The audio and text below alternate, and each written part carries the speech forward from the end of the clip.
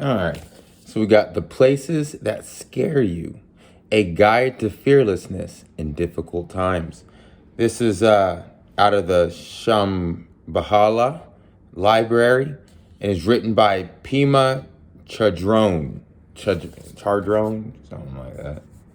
There you go. Chodrone. Oh, not at all what I thought. I thought I was a girl, but it's most definitely not. So that's our author right there. So we're gonna get some good wisdom, hopefully. Yeah, the book's broken down into 22 different chapters. I'm not gonna go through all of them. Let's see if I find something that just stands out. You drew close to me. Back up. There you go. That's a little better. Ooh, I like this one. Warrior Slogans.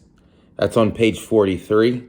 Let's see what else we got. Thinking Bigger. I like that one. 3 Kinds of Laziness. That's interesting. When the Going Gets Roughed. All right. Heightened Neurosis. Let's go to 3 Kinds of Laziness. I'm very interested on the 3 kinds of laziness.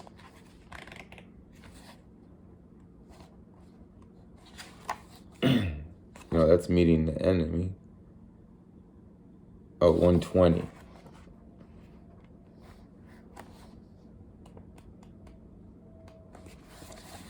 Excuse me. 3 kinds of laziness. In the garden of gentle sanity, may you be bombarded by coconuts of wakefulness. And Chongyam Chungpa Rinpoche.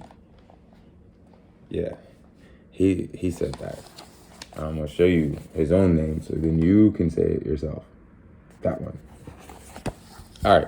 Laziness is a common human trait. Unfortunately, it inhabits wakeful energy and undermines our confidence and strength. All right, I'm already interested. There are 3 kinds of laziness: comfort orientation, loss of heart, and couldn't care less.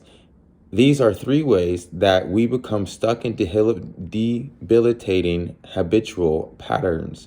Exploring them with curiosity, however, dissolve their power. The first kind of laziness, comfort orientation, is based on our tendency to avoid inconvenience. We want to take a rest, to give ourselves a break, but soothing ourselves, lulling ourselves becomes a habit and we become jaded and lazy. Yeah, buddy, I like this. This is a great book. If it's raining, we drive half a block rather than get wet. At the first hint of heat, we turn on the air conditioner. At the first threat of cold, we turn up the heat. In this way, we lose touch with the texture of life. We trust the quick upper and become accustomed to automatic results. This particular brand of laziness can make us aggressive. We become outraged at inconvenience when the car doesn't work, when we lose our water or electric service, when we have to sit on the cold ground without padding. We explode.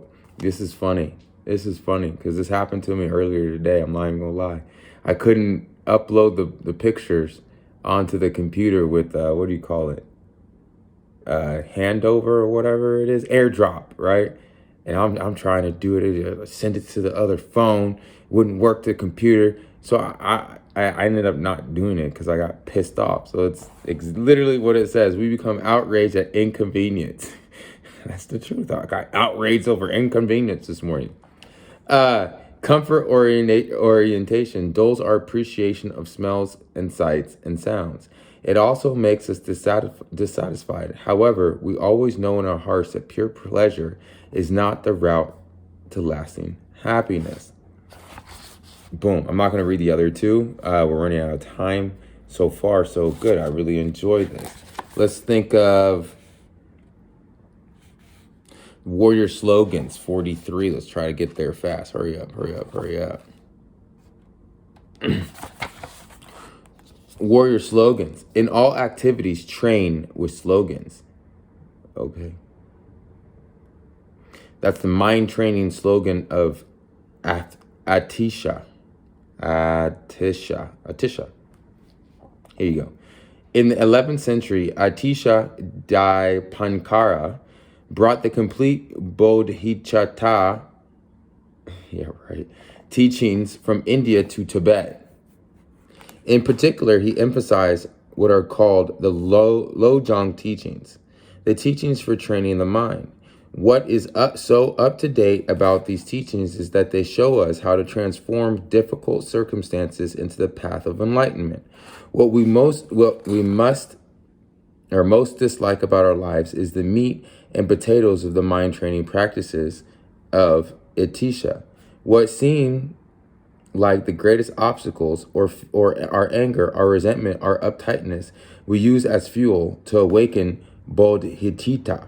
For some time after the death of Atisha, these teachings were kept secret, passed on only to close disciples. They did not become widely known again until the 12th century, when the Tibetan geisha Chekawa organized them into 59 pithy slogans. These sayings are known as the Lojong slogans, or the slogans of Atisha. Becoming familiar with these slogans and bringing them to mind throughout our lives is valuable bodhicitta practice. Well, where is the slogans, man? It doesn't tell us the slogans. Well,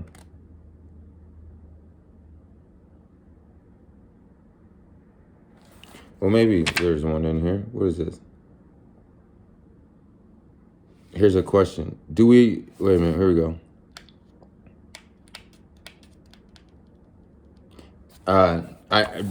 You're getting as much as I'm getting. So if this makes no sense, I apologize. As we practice, we begin to know the difference between our fantasy and reality. The most steadfast we are with our experience, the more aware we become of when we start to tighten and retreat.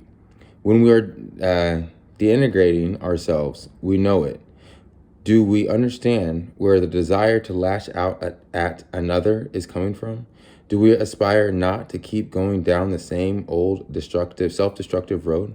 Do we realize that the suffering we feel is shared by all others? Do we have any longings for all of us to stop sowing the seeds of misery? Only the principled one knows the answer to these questions. Right. Again, we got the places that scare us. I forgot that was the title of the book. I didn't get that at all out of this. A Guide to Fearlessness in Difficult Times by Pema Chadron. Boom.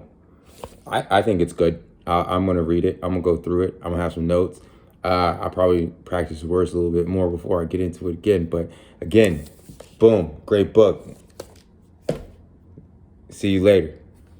Well, obviously, check out our different one. I don't know when you're going to see this, but you'll see that I'm going to do a timeline and probably write a book off of that.